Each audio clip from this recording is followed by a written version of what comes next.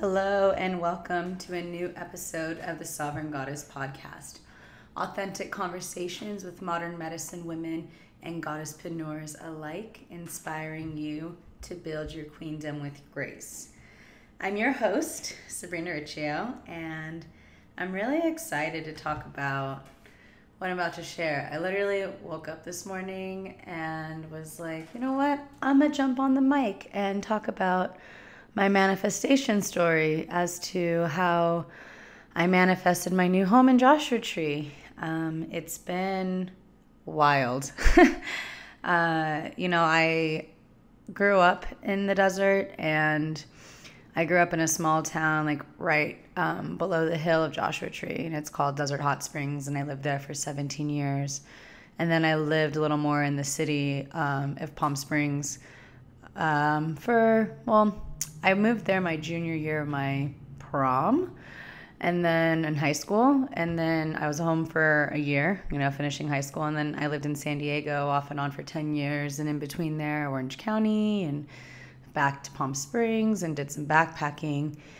And, the desert has a very special place in my heart, obviously, because it's my home. And the thing about us desert girls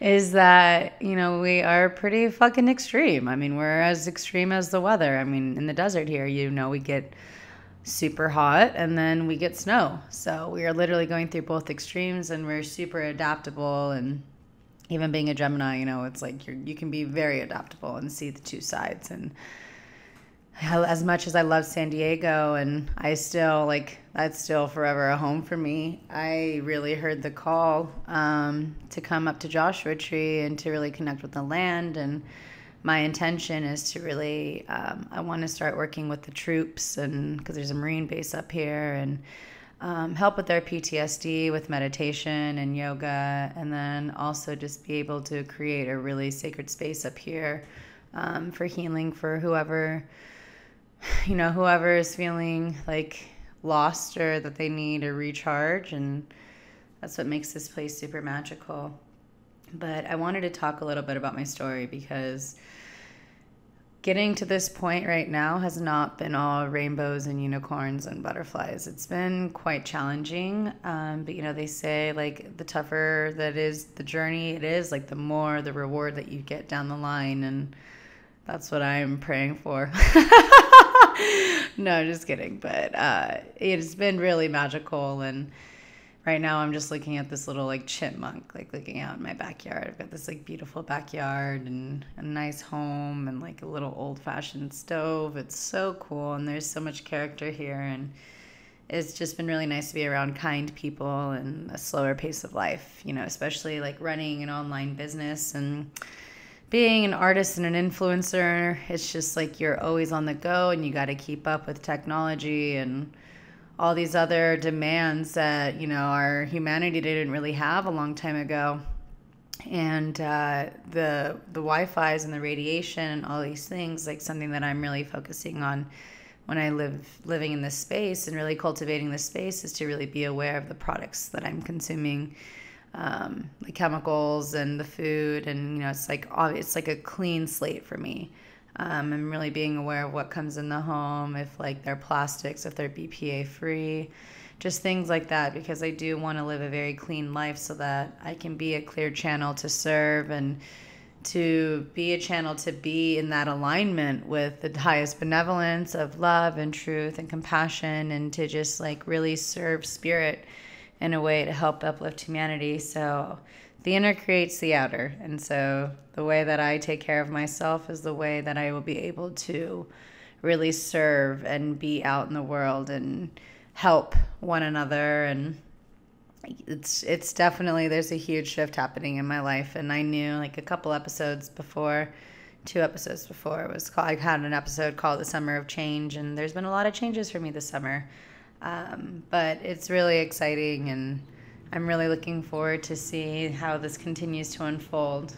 But I want to talk a little bit about Manifestation 101 and how I kind of got this house. So it started, like 2 years ago. Well, I should actually go back a little further. And it started about 5 years ago, and I've talked a lot before about my journey of mental illness and conquering that and fighting depression and, just really having a lot of these really gnarly health experiences, like being struck by lightning and gallstones and what have you, cysts. It's been so crazy. And when I think back at it now, but I can laugh. When I'm going through it, it was like, oh, this is so intense. But now I'm like, wow, there's so much growth. And I've become such a different person since that moment. Yeah, 5 years ago, I got struck by lightning just down the hill from here. And that really was a major shift. And for about 2 years now, I felt like I really love the desert. I really do. And I love the water. And my goal is to manifest a place by the water and the desert, because that's what I used to do when I was a kid. I'd go to San Diego every weekend with my families there and, just be by the beach. And so being a Gemini, I'm definitely going to be needing the 2 trains. But right now, I'm really hearing the call for the space. So I was, thinking about coming up to Joshua Tree and been here a couple times. And I remember I went to the Integratron about 4 years ago, right at the beginning of January. Went with my best friends from high school, and this was when I was at my rock bottom. And that was my first time going, my first time really experiencing the crystal bowls and just really connecting and feeling the energy and the magic, the energy, the magic and the energy of the desert, and why my soul chose to be birthed here, 28 years ago. And so I was at Lightning in a Bottle, and this was, I just moved back. I just got back from John of God. So this was 2 years ago. I just got back from John of God in Brazil, and I taught at Desert Hearts, and I was still processing a lot of that. And then from there, I was going to Lightning in a Bottle. And when I went to Lightning in a Bottle, I'm having this insane flashback right now from a dream. The deja vu. Oh my gosh, this is hilarious. So when I was at Lightning in a Bottle, I was talking to one of my dear friends from college, and he and his family were all there. We were watching Rising Appalachia. I was telling him about this vision that I had for a space to cultivate a space out here. And he was like, you know what? It's so crystal clear that it's going to happen. And during this time, I was in a really tough place. I was at home. I had moved back from San Diego right after Desert Hearts to help be my grandmother's caretaker who had mad cow disease. And at that time in May, we didn't know what she had. And it was just really challenging because that disease, she started with a paralysis from the bottom of her feet, and then it worked her way up, and she had no idea what was going on. And it's kind of like dementia in a state because obviously it's attacking the brain. But yeah, so I was at Lightning in a Bottle, and I just got word that I was going to be performing later at the festival with the Earth Harp on the Lightning stage. I did a sound bath, and I worked with Unified I collaborated with Unified to really set an intention, and we did a whole water ceremony to help bring rains to California, because at that time we were going through a major drought. Luckily, we've had a lot of rain this past year, but who knows, maybe the meditation and the collective consciousness that we carried at LIB really helped bring in that water. And so I was telling him, I want this retreat center, and I knew it was going to come, but I didn't know when it was going to be. At that time, I was still really focused on getting back to get back to Encinitas, because I just left San Diego and my tribe's there, and where I did my yoga, and I used to teach yoga there, and the water is just that's my happy place for sure. So anyways, I knew it was going to happen. I didn't know when. And then I just got, it was very consuming, because then my grandmother passed about 3 months after that.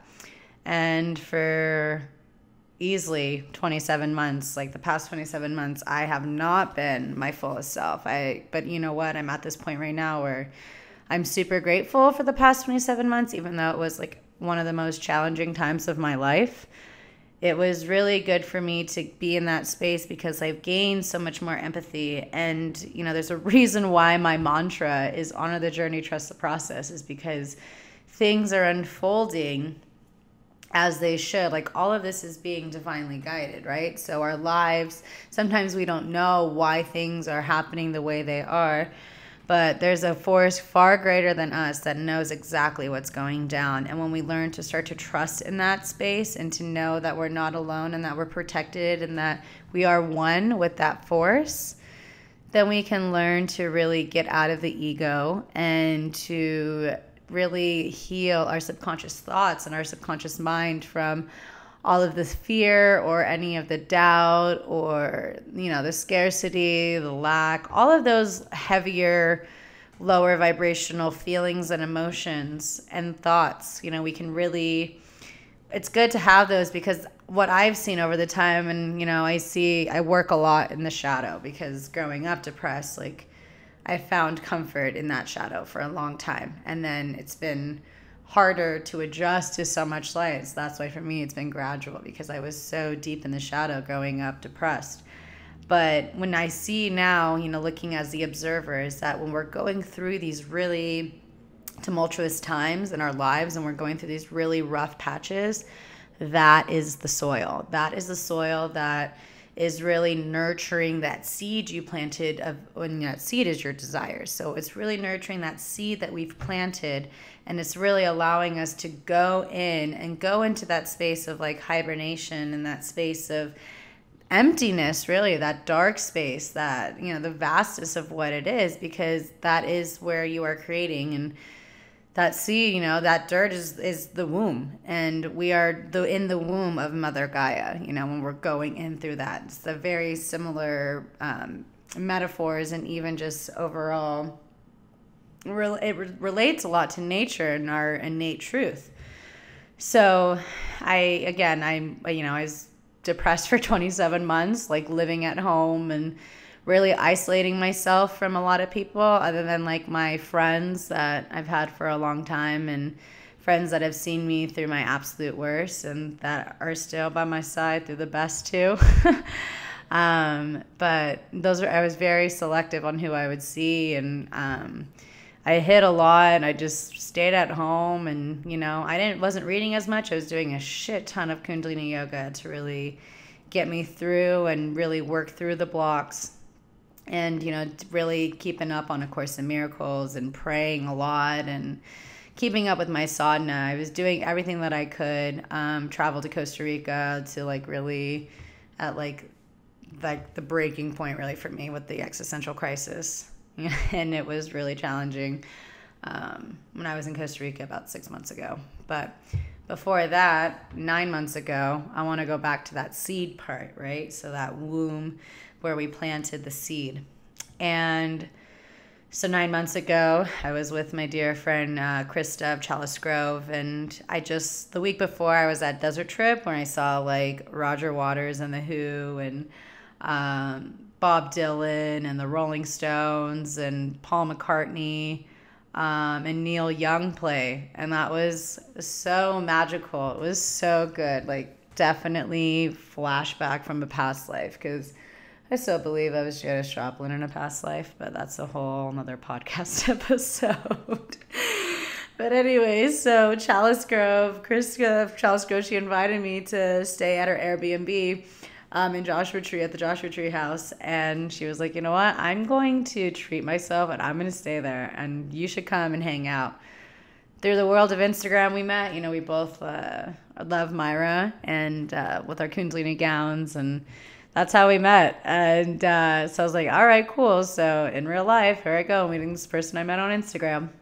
And we sat under the stars and we talked about our life, and we shared our stories with Kundalini yoga, and stories of addiction issues and relationships and career and everything essentially that we know that we are ready to, manifest, and the journey up into this point, and knowing that, it's been such a fucking wild ride. It's been such a ride.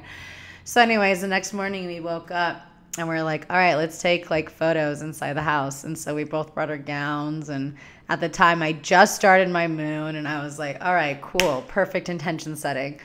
And so we're all dancing around, taking photos, and we were listening to Fleetwood Mac, and Don't Stop came up. And it was just like, don't stop thinking about tomorrow. And we're all dancing, and I was like, dude, I was just feeling it in me. I was like, this will soon be my space. And we called it the manifestation station, because we were talking and proclaiming to the universe what it is we wanted. And we were ready for it. We both felt this shift coming in our lives, and we're like, all right, we're doing this, and we're going to support one another. So anyways, we were dancing, and, we set the intention, and then I showed her around town, and then she went back up to Canada. And so that was in October, and then the holidays rolled through, whatever. I was on the break. Like, I was about to lose it. I was at home for over a year now. I quit my job managing my parents' restaurant. I was just solely focused on Shamanessa Goddessa, and I had this like vision that I was going to go ahead and really make this next phase in my life and create what it is I really want. And so, during that time, I lost it. And so I went to Costa Rica on a whim, literally called my friend Sahara Rose. I was on her podcast recently, the High Self podcast. And I was like, girl, do you have any more spots for your retreat? And she's like, yeah, but it's like the super bougie room. And I was like, I'll take it. So I bought my ticket. It was right after Valentine's Day, and I had Galentine's Day with my best friend. And right after I left her, I went home, and I bought a ticket on Sunday. And then Thursday, I was in Costa Rica. It was a total spur of the moment. I listened to my intuition. I listened to my guides, and they said, you need to go. I needed to go to Envision. I needed to go to Costa Rica. It's always been a lifelong dream to go to Costa Rica and go zip lining through there. I needed to do it. So anyways, we went ahead, and I was in Costa Rica, and she had this retreat with her friend Arzu about movement is medicine. And we stayed at this beautiful retreat center, and I connected a lot with Sahara's mom, and her mom has such a powerful story of being a refugee from Iran and really coming with nothing and then creating this beautiful life. And her spirit was just so full, and just recognizing that in her was like, I know I have that deep within myself too. And so I was talking to her, and she was like the motherly figure, because at that time, like, I was at my breaking point. I went to this retreat for myself. I knew I needed to go. I knew I needed to like step away from like all the madness of what was going down, and I just needed to like do this. So I was talking to her about, we were setting our intentions for we're talking about where in our lives do we see where we are now in terms of business, in terms of relationships and home and health, all these different categories and elements of our lives that make us who we are, like what we like to call a rainbow person. And we were talking about all of these different places, and all of mine were like low numbers. They were so low. And then it was like, where would you see yourself, 6 months from now? Like, where do you want to see yourself? And so I had it all up in the 9s and the 10s area with every part of my life. And so I was talking to Sahara's mom, and I was like, you know what? Like, I moved back home to help caretake for my grandmother because she raised me, and I knew my mom couldn't do it by herself, because seeing the condition that my grandmother was in, it was just too much. And she lived across the street, and I just couldn't know that it was too hard for me to know that I was living in San Diego in this like paradise when my grandmother is like sliding off the chairs and like soiling herself and has no idea what's going on. Like, that to me was just, I couldn't do it. So I moved back, and that's kind of got that clarity too after John of God, that I really needed to make a change. And so I was talking to her, and I was saying, you know what, I need to figure something out. I need to move out. I need to get out. Like, I can't do this anymore. And so we were talking, and she's like, you have to do it. Just go. Like, you have to say, like, and she was like, in 3 months, you're moving. You're going. And I was like, whoa, 3 months is so fast. Like, that was in May, and I knew I was going to, like, be in Mexico for my friend's wedding for my birthday. And I have, like, so much going on. I was like, whoa, May is fast. It was really intimidating, but I didn't want to put a time frame on it. I just knew that it was coming, but I didn't know when it was coming. And that's a really huge key thing about when you want to manifest something. You can't tell the universe, like, I want this at this time or at this time, because most likely you won't get it at that time. And when you're trying, and then you'll try to force and try to make everything and manipulate to make it happen by this certain time. And then when that time comes, you'll just be disappointed. I promise you, I can tell you this from experience time and time again, where I put time limits on things of when I wanted the universe to serve me, rather than me getting to that space where I am in alignment with what I want. So that's a major key. That's like manifestation 101, golden star, neon lights. Like, you cannot put a time on it, because you are creating time and space with your own perception and the way that you're seeing things.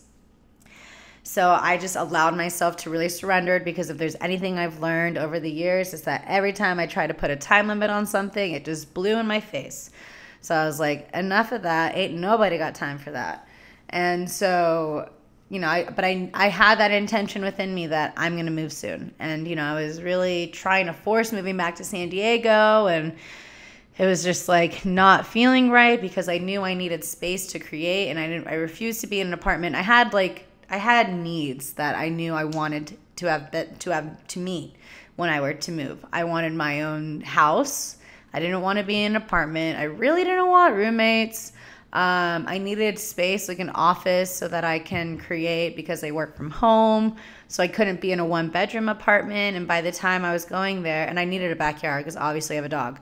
By the time I was going through that process, I was like, wow, this is really fucking expensive. It was going to cost me at least like $2,400 a month just to rent a space in different parts. And like, I was even going to go back to where I lived after I got struck by lightning in the North Park area. And so I was going to leave Encinitas and go to North Park, which I was down for, because I was ready for some culture and something different. But once I took the time limit off, and once I just surrendered and knew that it would come when it would come, I was golden. So that was at the end of February. And then the next month, I got ready, and I taught at Desert Hearts, and then I got back, went to Coachella. And even at Coachella, I was just like feeling like I'm at my breaking point. Something needs to happen. And so after that, you know, I spend a lot of time by myself at festivals. It's where I can just like be me and really connect and just like go at my own pace. Like, there's a reason why my rave name was Shadow Cat, because I used to just like roam in the shadows, but I would always find my way back to my crowd. And Max, if you're listening, I love you, brother, so much.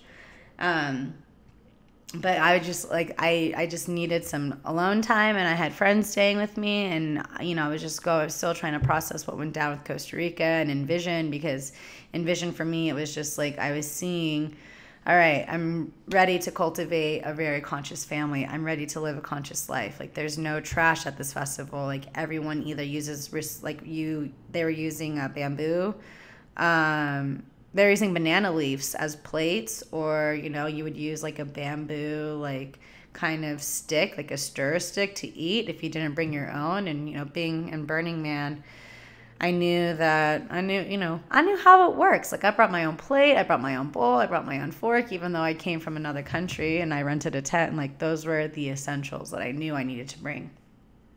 And I was like, okay, like, this is the life I'm choosing and working on manifesting myself. I want to live a life where I'm connected with nature. I want to live a life where I'm connected to the elements and being conscious and having a conscience about my how I'm using things is the best way to me describe it. Like, what am I consuming? Like, just being really aware of that.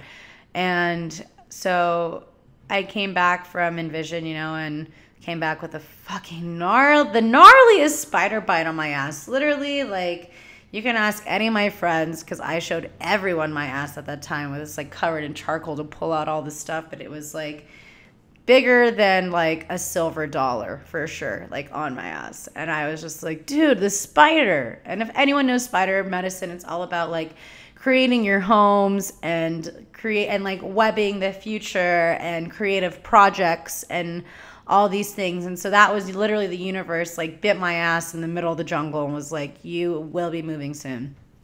And so I got back from Coachella and I was finishing teaching miraculous living, and I was like, you know what? I was connecting with plants, and I was connected with plant medicine, and it was just saying like, you know what? You need to get out. You need to go move up to Joshua Tree.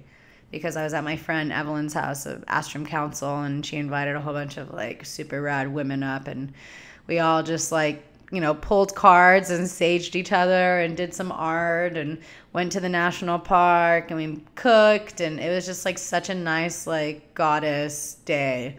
And that's where I was my first time back up in Joshua Tree since the new year. And because I came up here during the New Year, like the morning of the new year with my cousin. We saw the sunrise at the national park, and it was just, it needed to happen. And so I was just like, okay, this is it. Like, I'm supposed to be moving to Joshua Tree now, because in my mind, I always thought I was going to move to Joshua Tree in like 5 years. I was like, I'm going to live in San Diego and make my connections out there and, you know, really work on building the business out there and meeting people, blah, blah, blah, you know, all the things. And then I was like, you know what? I'm hearing the call to move to Joshua Tree now. I can't be waiting anymore. So I went through the whole home buying process, which was super challenging and exhausting. The escrow process was really rough. But, you know, we got through it. And now I'm in this space, and it's, you know, there's still things that I'm working on to really cultivate my vision, but I have the bones now and to be able to build. And I think what I needed most was just to be grounded and to be able to be outside a lot. I mean, it's still really hot, but in the mornings it's so beautiful. But to be able to be outside and to connect is like what I really needed, because I needed to get back to that grounding. And it's so funny because my intention with this house is to do everything like very white and grays. And now I'm seeing that it's a lot more browns, because it's just that grounding energy that's really needed. And so I'm really excited to be out here, and you know, I have no idea how this is going to unfold, and I know there's a lot of really amazing people out here that I'm really excited to connect with, but what I'm most excited about is really having the space to produce and share content and really be inspired again. Because if there's anything that I've learned, when you're really in the shits and you're really, really down, or you're not feeling like doing the creative work, you can't force it. That's why like so many of these podcast episodes before were so sporadic, was because I needed to honor myself from where I was at. And I'm doing my best not to overwhelm myself. You know, I've had gallstones in the past, so I've had to really be aware of my health to make sure that I, you know, try not to get the surgery to remove my gallbladder, and just overall my mental health from my own past history, and then, you know, even dealing with like the post-lightning and all those things. But I'm not my story. I'm much more than that. But it's just being aware of, you know, if I'm here to be this vessel for you all, and I'm here to really help serve the highest benevolence of truth and love and compassion, and if I'm here to really live my life, then I'm going to have to take care of myself. And that means if your environment isn't supportive, and while I love my family, I just couldn't do it anymore. If your environment isn't supportive, you have to make a change. You know, it's like if it's not, the flower isn't growing once it's everything else has been taken care of. The environment is crucial. And I remember my mentor says that to me all the time. She goes, I'm a firm believer that if you don't have like the right environment, it's challenging. You got to go, and it's going to really affect everything else you do. And so now I'm cultivating the right environment. And it's been a lot. You know, I like being through that existential crisis was really intense, and it brought me to really, really dark places again. And I was like, fuck, dude, I thought I got over this, but I just honored it for what it was, and knowing that whatever was coming up to be healed and to be transmuted. I just really needed to be gentle with myself. I needed to heal myself. I needed to slow down. I needed to just be. And I think so much of my life for 5 years, it was all about the go, go, go, because I was just making the hustle to hustling to get better, hustling to be in that space of love, hustling to have my business flourish, hustling to move, hustling to just, oh God, it just got so much that the art of slowing down is where, when you slow down is where you hear the whispers, and when you slow down is when that creative inspiration really rolls through. So again, if you want to make something happen, the universe will conspire to make it happen. What you have to do is you have to believe, and you have to keep the faith, and you have to surrender, and you have to feel into it and really proclaim like very clearly what it is you want, and just get out of the way. Get out of the way. But yes, honor the journey, trust the process. And when you start to do that, you know that there's so much beauty in store for you, and there's so many incredible opportunities coming your way. You just have to have faith, because what you want is something you've never really experienced before. So you don't know how that journey is going to look. You don't know how and where it's going to take you, but you just have to just keep going and stay true to yourself and be centered with yourself and really visualize you in that space. What does that feel like? That's why I said earlier, like, I was having deja vu when I first started this podcast, because like I've been here before, like I've seen it before, and it was pretty insane. But I would love to hear, if you want to talk about and share your manifestation stories, please feel free to share them with me either on Instagram on this image for the podcast at Shamanessa Goddessa, or you can email me at hello@Shamanessa Goddessa. You can leave a comment on iTunes and to subscribe and tell me what you really feel. What's going on for you? What are you here to manifest? I'm really excited because now I can really be here for you guys. It's been so hard for me because I just wanted to produce content for you all, and I just wanted to support and like do my work. But doing my work meant first doing my work, my work within me. And so it's been work, and it's been worth it. It's been work, but it's been worth it. And now I'm finally seeing, as the observer, all of that, is leading up to all of this that's to come. And I'm really looking forward to it. And I'm really excited to continue to be sharing with you guys new episodes of the podcast, and to really be cultivating this space and this community. And if you love the podcast, like, you can use our hashtag at Sovereign Goddess Podcast, or you could even use we have other hashtags too. Like vulnerability is sexy, be real, be authentic, honor the journey, trust the process. Those are the ones I really check the most. So I really believe that when we share our stories, we inspire. That's when we really inspire people, is through our stories and through our actions. And so just really honor where you are. And if you're going through the really rough time, you're going to get through it. But just be patient with yourself and be kind to yourself, and honor the journey, trust the process. You know that it's coming. You just have to bite the bullet, be patient, and enjoy life in the meantime. So thanks so much for listening to this week's episode. I love you so much. I'm so stoked to be here with you guys again. And I look forward to having you soon and seeing you on social media and being all the way around. But I love you. Have a beautiful day, and I'll talk to you soon. Sat Nam.